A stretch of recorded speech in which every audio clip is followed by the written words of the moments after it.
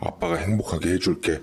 남편은 딸을 무척이나 예뻐했고 집안에 있을 때는 끼고 살았습니다. 그나마 다행이었죠. 나를 따뜻하게 바라보고 챙겨주고 사랑해준 남편을 잃은 건 어쩔 수 없었지만 우리 딸에게만큼은 이토록 딸을 사랑하는 아빠의 존재를 빼앗고 싶지 않았습니다.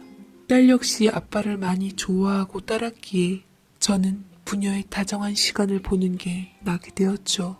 그렇게 제 가정은 어찌어찌 흘러가는 것만 같았습니다.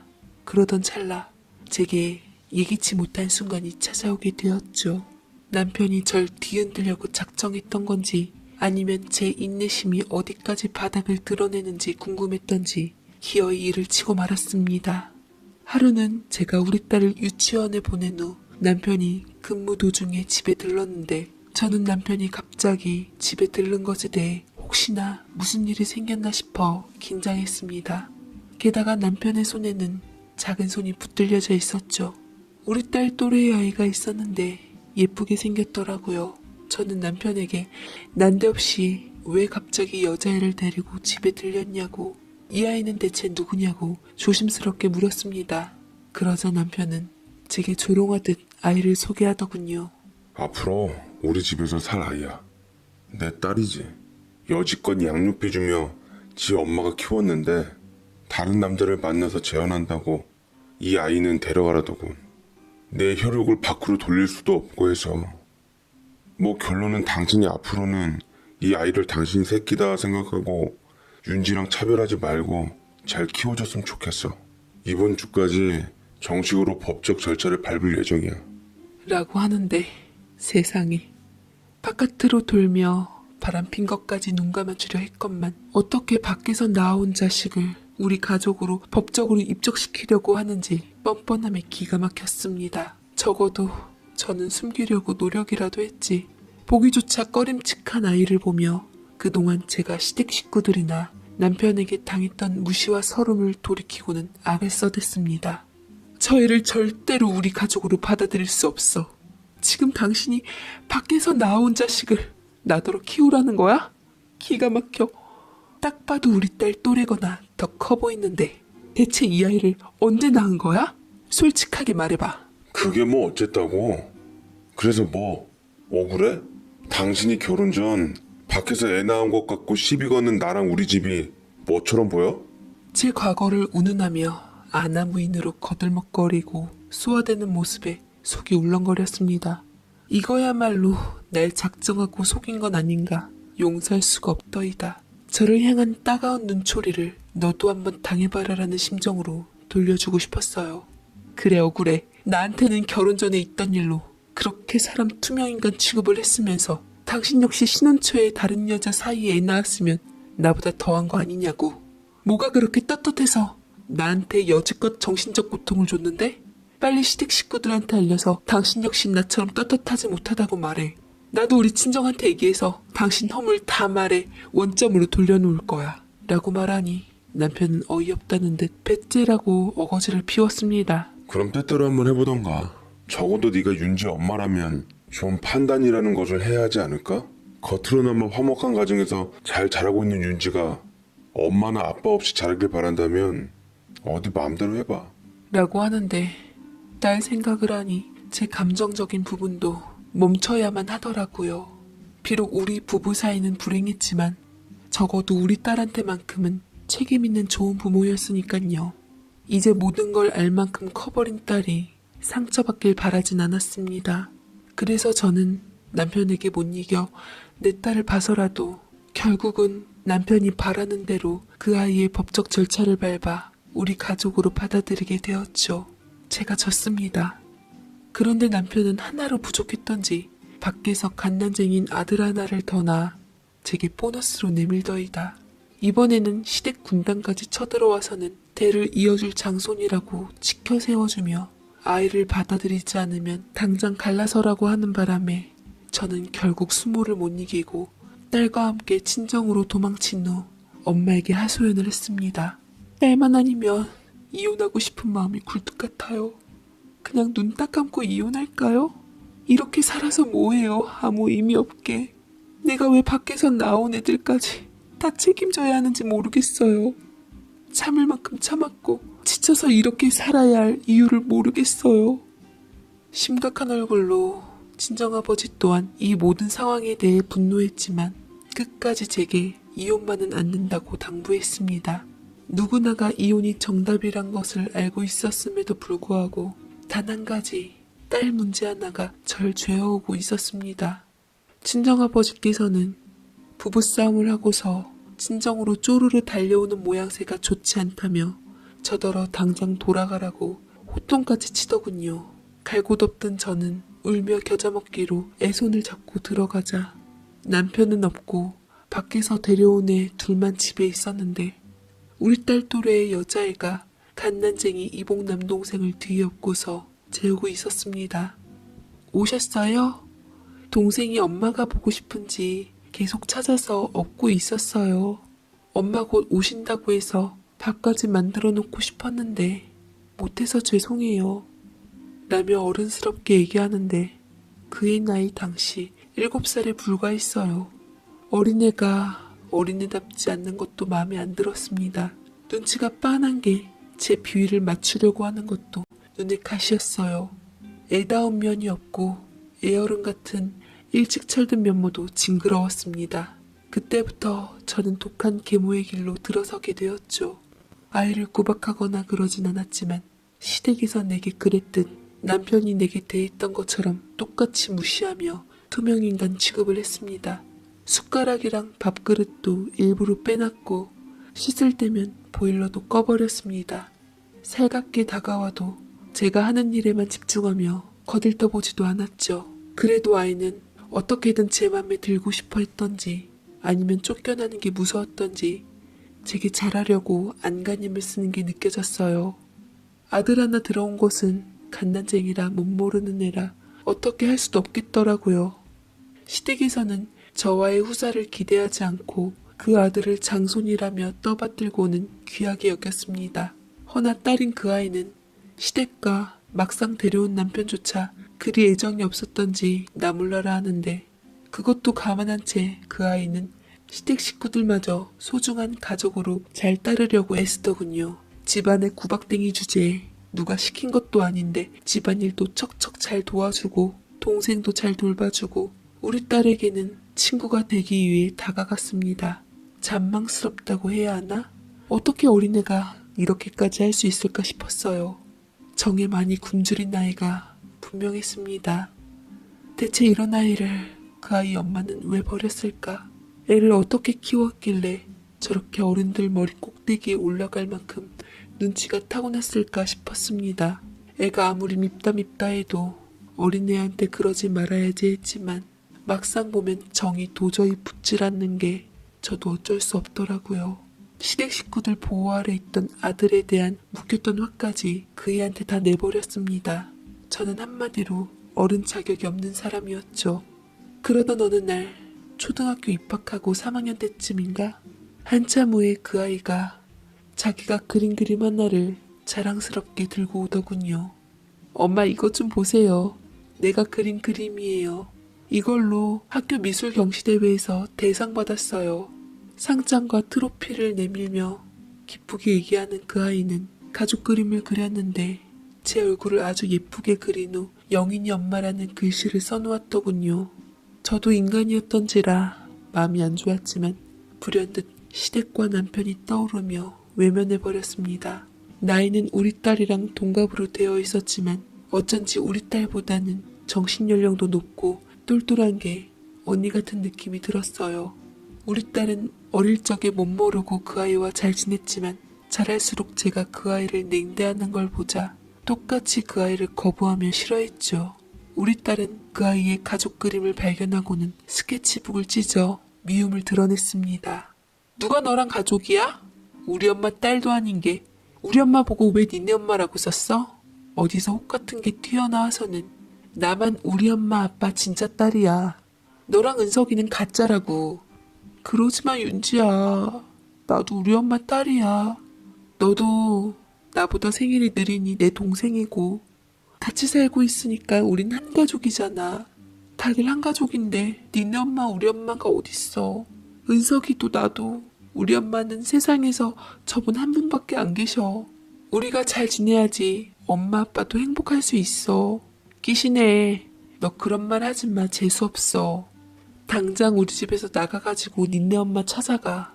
우리 집에 빌붙어 살지 말고. 아빠도 너 안 예뻐하는 거 알아? 우리 아빠는 은석이랑 나밖에 몰라. 알면 눈치껏 나가는 게 좋지 않니? 너는 절대로 우리 가족이 될 수 없어. 알겠어? 라고 일침을 놓는데 순간 그 아이의 표정은 눈물을 금방이라도 떨어뜨릴 것 같은 슬픈 얼굴을 했습니다. 10살짜리 여자아이들의 자존심 싸움은 어른들로부터 비롯되었던 것이었죠. 제일 최악인 건 제 자신이었습니다. 알아요. 제가 얼마나 유치하고 보잘것없는 사람이었는지. 그렇지만 정말 싫었어요.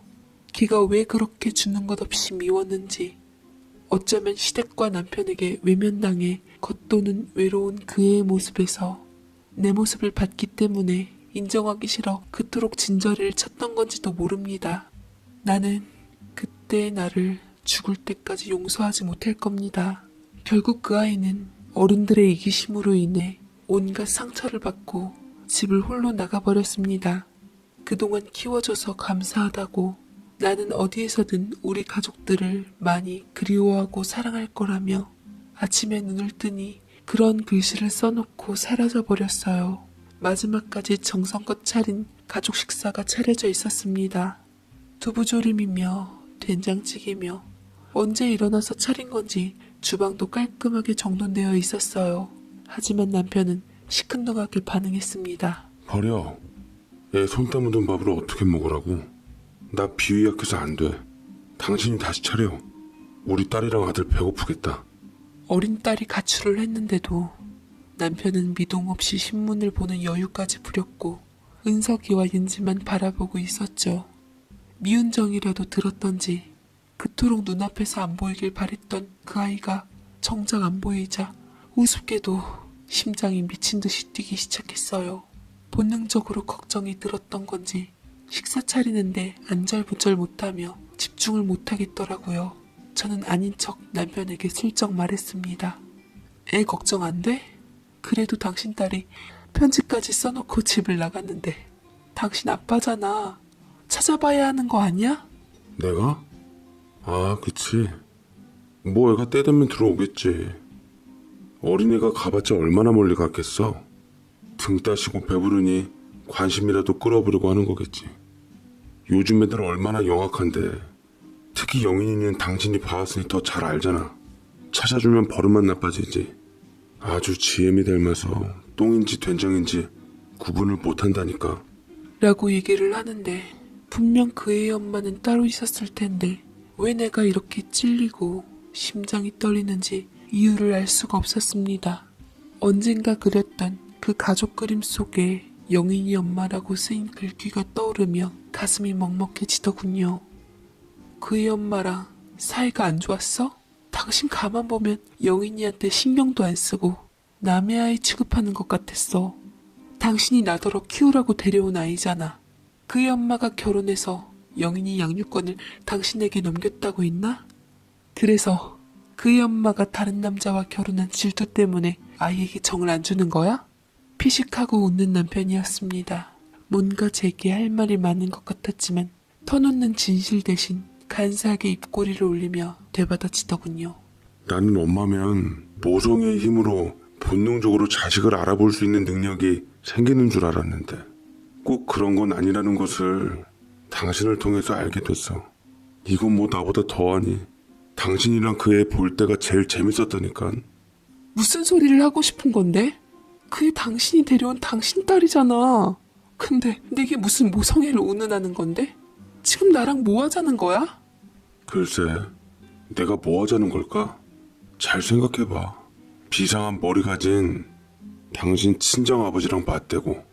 라고 알 수 없는 소리만 늘어놓은 채 자리를 뜨는데 머리가 아찔했습니다. 왜 남편이 주저리 그런 소리를 늘어놓는지 이해하려고 있었지만 아둔한 저는 눈치채질 못하고 있었어요. 저는 그 애가 쓰던 방에 들어가 그 애가 쓰던 침대에 털썩 앉아보았습니다. 영이나 하고 이름을 부르면 환한 웃음을 지으며 금방이라도 엄마라고 부르면 나올 것만 같았는데 대체 어린아이가 어딜 가는 걸까?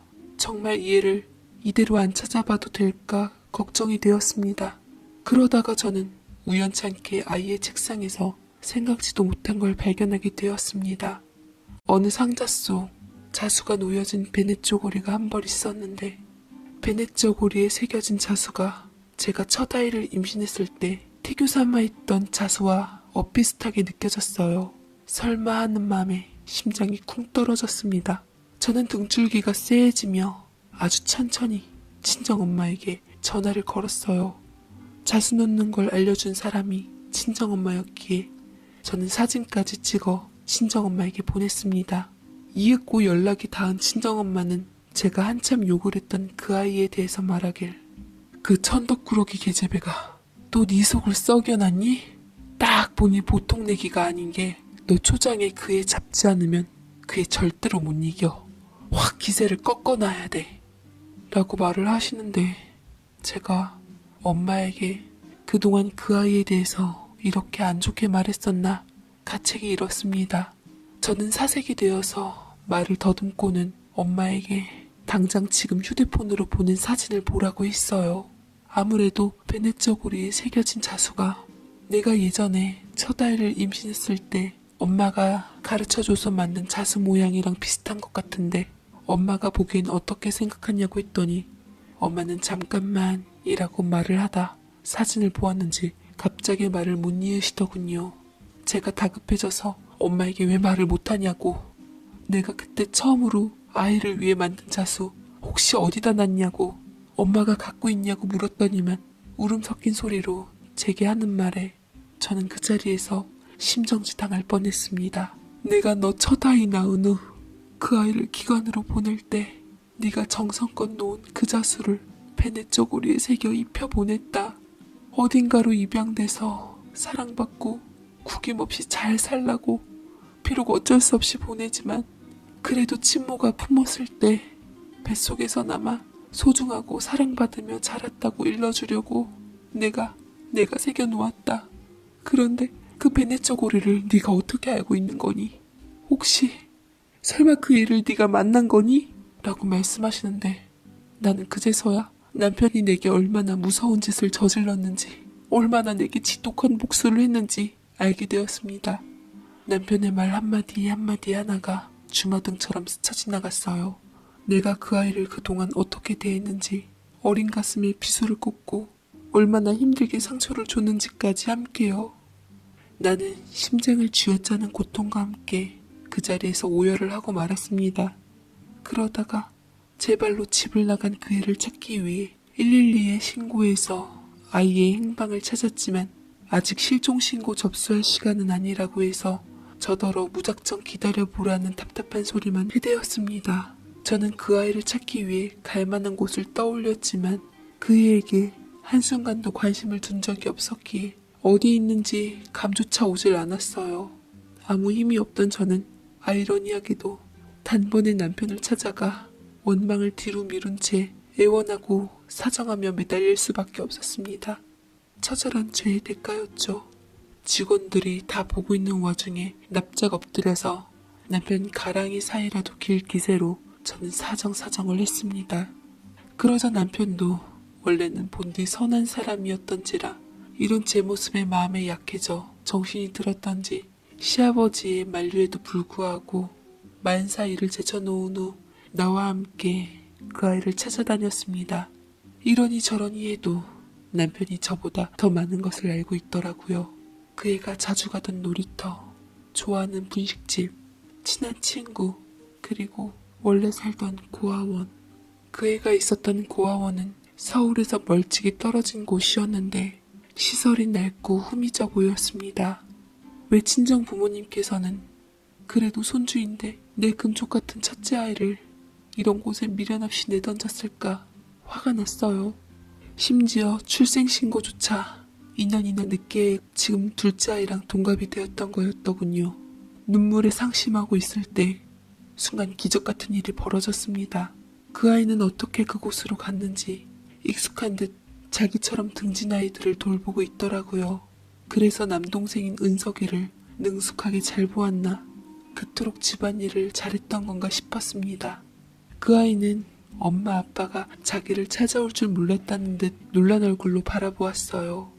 태어나는 순간조차도 안아보지 못했던 내 딸을 처음으로 엄마의 모정으로 안아보았습니다. 따뜻하고 말라있던 아이의 몸이 내 품 안에 들어오고서야 나는 안심을 했고 미안함이 폭풍처럼 휘몰아쳐 아이에게 미안하다는 말 외에 어떤 말도 할 수가 없었어요. 내 딸은 뭐가 뭔지 어리둥절한 채 내가 지친 엄마인 줄은 모르고 마치 자기가 집을 떠나 내가 찾은 줄만 알고 미안해했습니다. 걱정시켜드릴 생각은 전혀 없었다며 자기가 사라지는 게 우리 가족을 위한 일이라 생각했다며 징글징글한 게 아니라 대견하게 말했습니다. 저는 한참 동안 아이를 안고 난 후 오열한 뒤 담배를 피며 복잡한 얼굴을 하고 있는 남편을 마주했습니다. 남편도 복수에 성공했지만 정작 이런 모습을 보니 마음이 좋진 않은 모양이었어요. 자식을 찾고 나니 도저히 남편을 용서할 수가 없었고 끔찍해져 한 집에서 살 수가 없겠더이다. 저는 두 딸을 비롯해서 시집에서 목매다는 은석이까지 함께 친정으로 갔고 문을 걸어 잠근 후 아이들을 결코 내어주지 않았어요. 은석이는 남편의 친자였기에 결국 법적 소송에서 져서 뺏기긴 했지만 내 딸들만큼은 지킬 수 있었습니다. 저는 남편에게 이혼 소송을 진행했지만 그쪽에서 변호사를 잘 고용한 탓인지 몇 번이나 기각 처리가 되더라고요. 지금도 여전히 이혼 소송 중이지만 남편은 끝까지 이혼을 못 해주겠다는 입장을 고수하고 있습니다. 법적으로는 아직 엮여있지만 하루빨리 법이 모두가 행복해지는 결론을 내려주길 바라며 저는 딸들과 친정집에서 살아가고 있어요. 첫째 딸 아이한테는 제가 엄마로서 못해준 만큼 해주려고 노력하고 있고요. 지난 죄가 묻혀지진 않겠지만 앞으로 같이 함께 할 날들이 많기에 그 아이를 위해 모든 걸 걸고자 합니다. 물론 제 둘째 딸도 마찬가지고요. 그렇게 전 남편의 복수로 인해 저는 제 딸을 찾게 되었습니다. 원망도 욕도 많이 했지만 어찌됐든 그 사람 덕분에 제 딸을 찾았으니 미움 역시 덮고자 합니다. 그 사람의 장밋빛 미래를 위해서라도 우리 이혼이 빨리 성립되고 모든 게 다 끝나길 바라는 마음이 드네요. 기나긴 사연 마무리 짓겠습니다. 제 사연 읽어주셨습니다. 새엄마는 그 근처에서 큰 건물의 회사 사람들을 대상으로 샌드위치를 팔았는데 이성으로서 매력은 없었는지 혼기를 놓쳐 시집을 못 가시다가 돌싱이었던 아빠를 만나 결혼을 하셨습니다. 서로 인사해. 이쪽은 네 새엄마 되실 분이야. 배울 점이 많은 분이니까 잘 지냈으면 좋겠구나. 라고 말을 하는데 당시 제 나이 15살, 요새 중2병이란 말이 유행하듯이 한참 막 나가고 엇나갔던 반항기 많은 사춘기였어요. 새엄마가 생긴다 그럴 때 얼마나 울었는지 모릅니다. 엄마가 너무 불쌍했어요. 그래서 얼굴도 보지 못한 새엄마가 더 미웠습니다. 그런 제가 염려스러웠는지 할아버지께서 말씀하시더군요. 가서 말썽 피우지 말고 조용히 잘 지내라. 얼마나 젊은 아가씨가 싹싹하고 예쁜지. 얘 부인 자식 거둬줄 여자 드물어. 네가 잘해야 네 아빠도 길을 펴는 거야. 알겠어? 라고 하시는데 하나뿐인 손녀 걱정보다 행여나 또 결혼이 잘못될까 염려한 아들 걱정이 먼저이신 할아버지셨네요. 어찌되었든 전 아빠네 집에서 살게 되었고 새엄마는 인심 좋게 제게 다가왔습니다. 소율아, 이따 나랑 쇼핑하러 가지 않을래? 실은 나 딸이 생기면 꼭 해보고 싶은 일이 있었거든. 됐거든요? 아주 웃겨. 누구더러 딸이래요. 쇼핑은 아줌마 혼자 하세요. 피곤하니까. 라고 얘기를 했고 새엄마는 이에 굴하지 않고 꿋꿋하게 제 곁을 맴돌았습니다. 그럼 엄마가 아니 내가 맛있는 샌드위치 해줄까? 아빠가 야채 싱싱한 거 가져와서 아주 맛있을 거야. 안 먹거든요? 샌드위치 많이 먹으면 살쪄서 싫어요. 저는 아줌마보다 예쁘게 살고 싶거든요. 라고 했더니 곁에서 듣고 있던 아빠가 참다 못해 나서더군요. 그럼 일단 우리 다 같이 나갈까? 휴일인데 남들같이 모처럼 외식도 하고 기분도 내고 하자. 메뉴는 아빠가 정할게. 가자. 라면서 절 눈치 주며 쏘아보셨고 아빠가 엄마에게 매일 화를 내고 소리쳤던 기억이 남아 움찔해 갈채비를 차렸습니다. 새엄마가 원하는 대로 백화점에 도착해 제 옷을 고르고 있는 사이 저는 화장실에 간다고 하고 1층으로 내려와 액세서리 행사 매장에 가 빠른 손으로 몇 개를 넣었어요. 아무도 안 본 줄 알고 쇼핑하던 새엄마에게 빨리 가자고 했고 백화점 밖을 빠져나가려 하는데 그만 가로막는 경비원들에게 제 손버릇을 들키고 말았습니다. 저는 그것 때문에 부모님과 함께 경찰서에 조사를 받아야 했고 새엄마가 경찰에게 빌고 절 호적에서 파버린다는 아빠를 말린 덕분에 고비는 넘겼습니다만 저도 어쩌질 못하는 도벽 때문에 곤란한 순간들이 참 많았어요. 결국 또다시 못된 손을 꿈틀거릴 때 평소 저를 지켜봤던 새엄마가 저를 붙들고 가게를 빠져나와 제 앞에 무릎 꿇고 울면서 말씀하시더라고요. 소율아, 나도 어렸을 적엔 그랬어. 습관적으로 나도 그랬는데 곁에서 관심 주는 사람도 말리는 사람도 없어서 나는 결국 빨간 줄이 그어졌지만 너는 그러면 안 되잖아. 내가 더 관심 주고 말려줄 테니까 제발 너만큼은 온전하고 평범한 인생 살자 라며 저를 보듬어 주셨는데 뜻밖의 생각지도 못한 고백에 저는 새어머니를 다시 보게 되었고 제 방황하는 심정을 이해해줄 사람은 새엄마일 수도 있겠다란 생각이 불현듯 들기 시작하더라고요. 어느 순간부터 저는 새엄마에게 마음을 열게 되며 곁을 주게 되었고 새엄마는 제게 친어머니 이상으로 더욱더 잘하게 되었습니다. 새어머니가 알아봐 주신 상담 치료까지 받게 되면서 저는 도벽이 상태가 점차 좋아지기 시작했습니다. 아빠가 또다시 바람잘 날 없는 날들 때문에 잦은 외박을 할 때쯤 우리 모녀는 서로를 의지하며 손을 잡고 함께 잠이 들 때도 많았어요. 고등학교를 마친 후 저는 엄마의 뒷바라지에 전문대학교 물리치료 쪽으로 진로를 결정해 가게 되었습니다. 졸업할 때쯤 병원 쪽으로 실습을 나가게 되었는데 그곳 물리치료를 받고 있던 지금의 제 남편을 만나게 되었어요. 저보다 5살 정도 많은 남자였는데 운동하다가 다리 쪽을 접질렀다고 했던 그는 저를 눈여겨봤던 건지 제게 식사 제안을 먼저 했고 얘기를 해보니 남편도 저처럼 부모 없이 조부모님 밑에서 외롭게 컸더라고요. 그게 공통 부모가 되어 난생 처음 설렘을 품은 채로 관계가 발전해 연인으로 후에는 부부로서 인연을 맺게 되었습니다. 대학을 졸업한 후 2년 정도 있다가 결혼을 결심하고 제 예비 신랑을 집으로 데려갔는데 아버지께서 다짜고짜 반대부터 하시더라고요. 미안하지만 난 화목한 가정에서 자란 사위를 바라네. 내 딸이 재혼 가정에서 자라 받은 상처를 좋은 가정에서 자란 사람이 보듬어 줬으면 해. 라고 하는데 제 예비 신랑을 2년 정도 봐왔지만 그 누구보다 바르고 착한 청년이었거든요. 새엄마도 간간히 제 예비 신랑을 받기에 인성을 증명해 주었습니다. 저희 모녀의 갖은 설득에 아버지는 두 손 두 발을 다 들고 결국 허락해 주셨고 저는 기쁜 마음으로 누구 못지않은 행복한 결혼식을 올렸습니다. 허나 결혼하고 얼마 되지 않아 아버지는 술을 사랑했던 대가를 받고 간암으로 운명하시고 말았습니다. 제 남편은 아버지 장례식에서 든든한 사위 노릇, 아들 노릇을 했고 새엄마는 그렇게 생전 아빠가 속썩였는데도 유달리 슬퍼하며 힘겹게 아버지를 떠나보냈습니다. 새엄마는 그 후부터 생기를 잃었고 말수가 많이 줄었어요. 퉁퉁했던 살도 너무 많이 빠져버려 마음이 아프고 걱정도 되었습니다. 게다가 사시던 집도 아버지 빚 때문에 다 넘어가게 생겨 작은 단칸방으로 쫓겨날 위기였죠.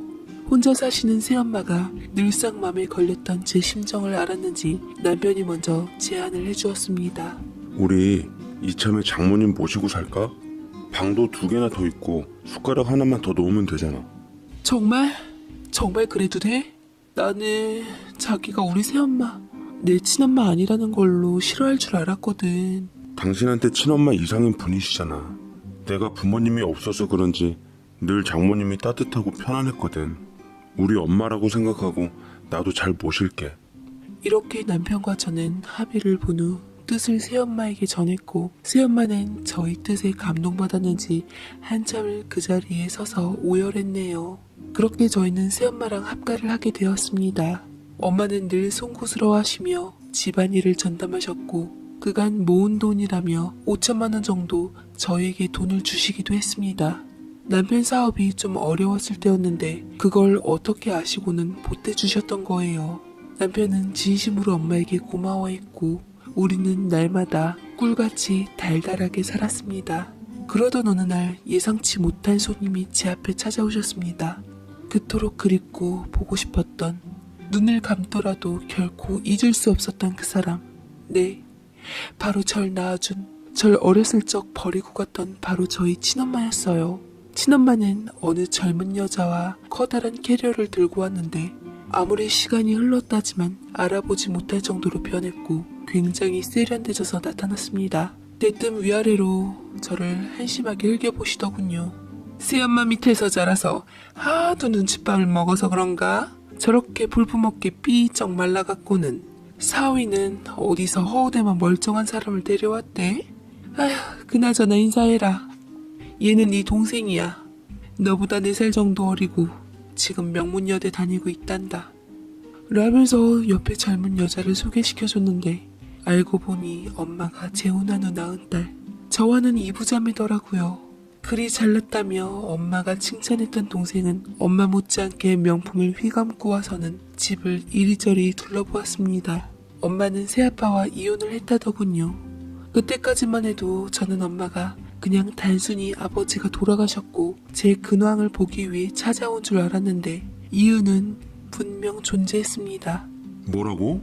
그러니까 당신 친어머니, 아니 장모님이랑 처제가 우리 집에서 앞으로 머물 거라고? 미안해. 엄마가 주식을 좀 크게 하셨다는데 투자했다가 모두 날리셨나봐. 당장 갈 곳이 없다고 해서 일단 당분간만 같이 있기로 했어. 저희 엄마는 당당한 기세로 동생까지 데리고 오긴 했지만 사실상 집이 망해서 갈 곳이 없어 저를 거진 30년 만에 찾은 것이었죠. 이 때문에 저희 남편도 불편한 기색에 역력했고 역시나 제일 맘에 걸렸던 건 바로 저희 새엄마였습니다. 많이 껄끄러웠을 텐데도 새엄마는 저희 엄마를 반갑게 맞이하시더군요. 언짢은 기색을 내색한 건 오히려 저희 친엄마 쪽이었어요. 원수 보듯 고깝게 말씀을 뱉으시더라고요. 참 우리 딸이랑 아무 관계도 없으면서 어떻게 의붓따르게 붙어서 살 생각을 하신 건지. 얼굴도 참 두꺼우시네요. 뱃속에서 10달 동안 품고 모진 고통 안고 낳은 게 누군데 뻔뻔스럽긴.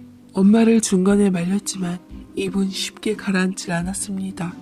새엄마는 그 이후로 식구들의 눈치를 자주 보았고 엄마와 동생은 날이 갈수록 불만과 요구하는 게 많아졌어요. 아니, 청소는 대체 누가 하는 거야? 내가 매번 보고 있는데 먼지가 젖혀질 날이 없어. 음식들은 뭐제 이렇게 싱거워? 아끼다 못해 이젠 소금도 아끼시나? 예, 네 여동생 이번에 등록금 좀 내줘라. 네 여동생 팔자까지 너처럼 만들면 좋겠니? 언니, 우리 이번 달 카드값 좀 갚아주세요. 좀 나와서 그런지 재촉을 하네요, 이것들이. 엄마가 오면서부터 저희 집에 아끼고 잘 살았던 생활 패턴이 완전히 무너져 버렸고 엄마와 여동생 뒷감당하기에 힘이 붙였습니다. 엄마에게는 생난리를 쳤지만 그렇다고 갈 곳 없는 사람들을 차마 내쫓을 수는 없었지요. 어찌됐든 제 혈육들이니깐요.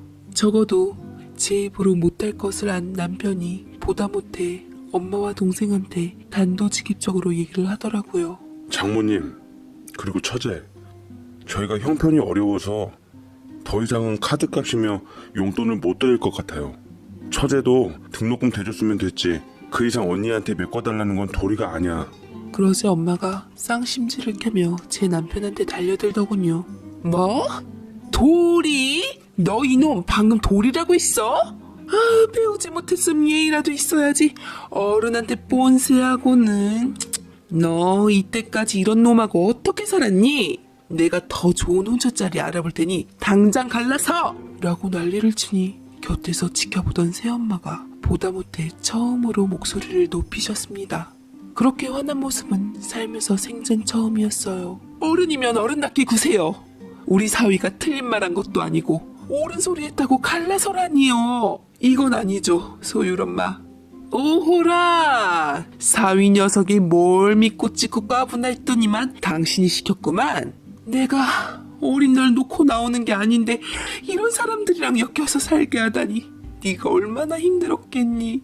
엄마가 이제부터라도 너 지킬 테니까 저것들 다 내쫓고 엄마랑 새삼 시작하자. 응? 엄마가 막 제게 아픈 곳 건드리며 얘기하는 바람에 속이 울컥거려 저는 다들 그만하시라고 그 자리를 빠져나왔습니다. 사실은 아무한테도 얘기 못했지만 자라면서 엄마의 손이 많이 필요했고 엄마가 너무나 그리웠어요. 새엄마가 좋은 분이시고 그 역할을 해주려고 했지만 심적으론 부족한 마음이 있었습니다. 제 친모에 대한 그리움이 늘 남아있어 엄마가 무리한 행동을 하고 있다 한들 거스르고 싶지 않았어요. 남편에게 제 뜻을 얘기해도 이해한다고는 했지만 이렇게 자주 부딪히는 날이면 무조건 새엄마 편만 들고 얘기를 하니 은근히 그것도 거슬리고 서운하대요. 말리는 새엄마까지 괜히 얄밉더군요. 결국 이런 식으로 늘상 식구들 모두가 복창이 터지는 날이니 이런 동거를 계속할 수는 없었어요. 저는 고민하다 남편을 따로 불러 세웠습니다. 여보, 미안한데 저번에 엄마가 우리에게 준 돈 회사에 쓴 거 다시 돌려줄 순 없어? 지금 당장 융통하기가 쉽진 않지. 당신도 알다시피 사업에 급한 불 끄느라 썼고 나머지 좀 남긴 건 친장모님 처제 카드값이랑 등록금 하느라 다 나갔잖아. 왜 그러는데? 당신 설마... 지금 분위기가 안 좋잖아. 자꾸 부딪혀서 맨날 가정에서 큰 소리가 오가니까 스트레스 받기도 하고 이럴 바엔 좀 떨어져 있는 것도 괜찮을 것 같아서. 그럼 친장모님하고 처제가 나가야지. 왜 우리 장모님을 떨어져 있게 하려는 건데? 30년 만에 날 보러 온 엄마와 동생을 어떻게 내보내. 그럴 순 없어. 아무리 그래도 내 부모고 형제야. 다 내 핏줄들이라고. 난 절대 그렇게 못해. 그러자 남편의 미간이 찌푸려지더니 크게 결심한 듯 제게 선전포고를 해버리더군요. 그럼 정말 어쩔 수 없네.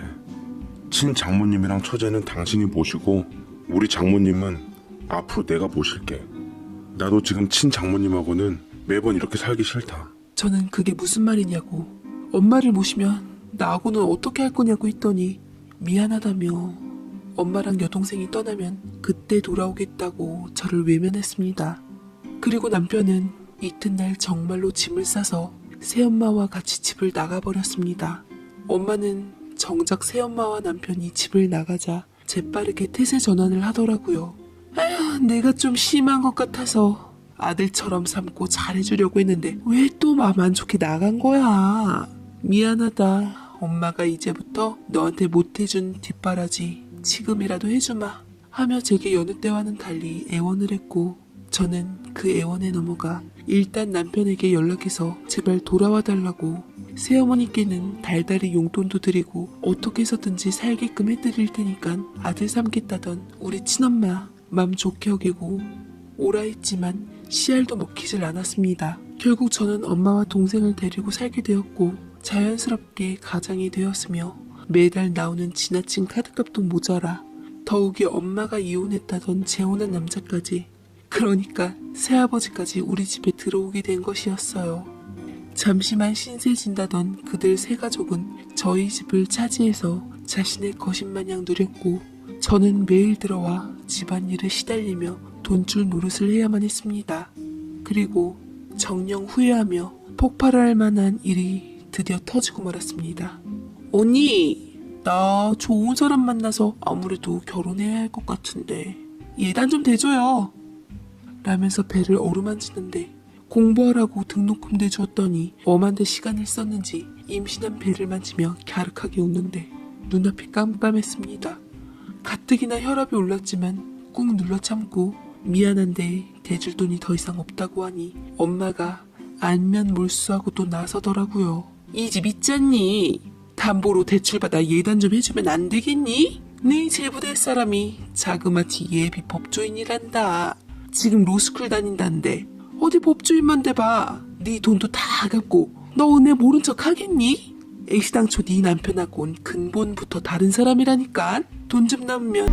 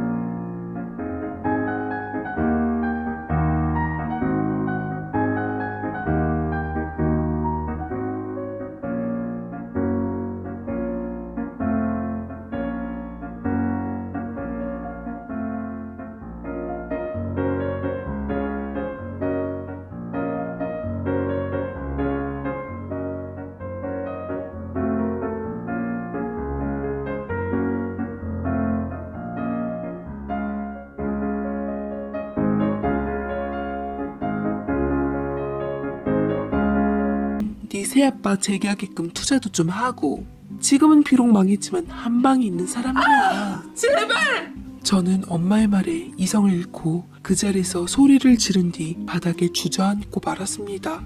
그리고 내가 살기 위해 그 집에서 빠져나와 한참을 걸었어요. 어디서부터 뭐가 그렇게 잘못된 건지.